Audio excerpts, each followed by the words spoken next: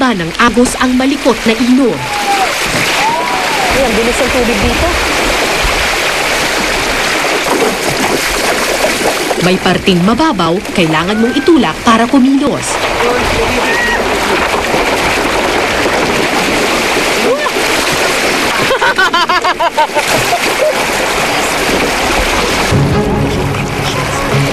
May parting malalim.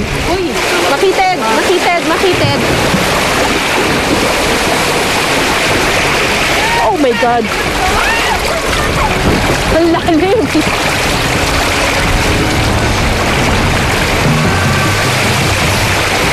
Uy, uy, uy, uy, uy, uy, uy. Lumubog na. Hawak daw. At may parting mabilis. Tiyak kang mababangga kung hindi ka mag-iingat. Oh my God. Ako, eto na naman. Oo. Naman, ay! Gusto ko sabi sa'yo. Ay, salamat. Akala ko tapos na ang kalbaryo pero meron pa palang kasunod. Oh my God! Aray, sakit. Bahagyamang nagasgas ang aking likuran, maswerte pa rin kami at hindi kami direktang bumangga. Yun na. Nasugat? Baka may sugat, ma'am. Wala naman ata. Wala ako, nabasa lang lalim. Ako tumama yung puwet ko.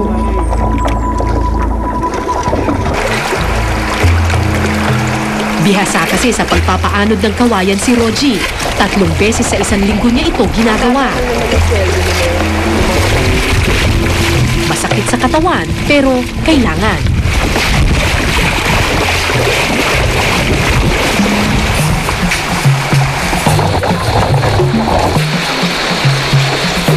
Makalipas ang 2 oras, narating din namin ang bagsakan ng kawayan.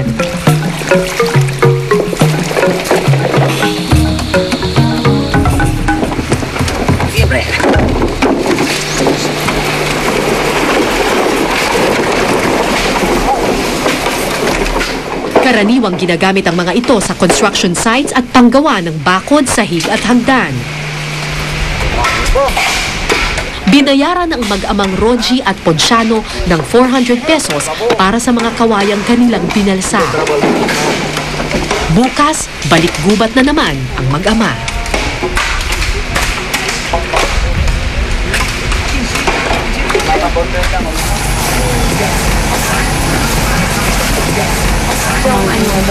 Ay, ano ba yan? Ang laki. Oo, parang basket.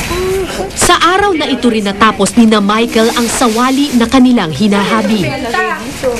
Gano'ng katagal ninyo ginagawa ito? Adlaw. Dalawa. Kamangha-mangha ang pagkakahabi sa pinagpira-pirasong kawayan. Halos di natulog ang pamilya para lang magawa ang produktong ito.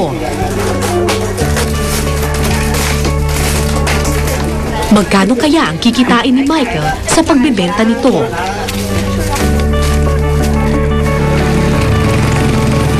Nene.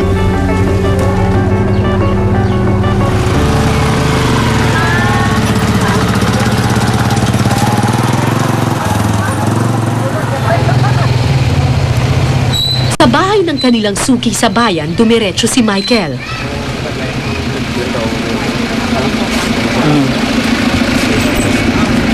Sa kanya, kayo talaga bumibili ng ganito? Saan po ba ginagamit ito? Noon dati, ginagamit talaga ito sa mata. Parang stockan. Lalagyan ng palay. Tapos, Nagustuhan ng suki ang sawali. sige, yun mga anong ito, 15,000. Pero nagulat akong 250 pesos lang pala ang halaga ng pinagpagurang obra. Mamaya, palalaki yun.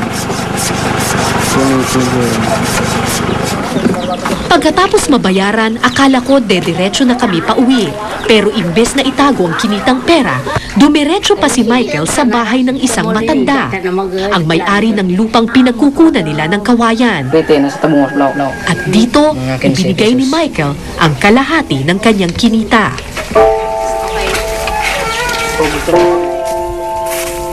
Pagkatapos ng halos 2 araw na pagsasakripisyo, 125 pesos lang ang natira sa kamay ng pobreng bata.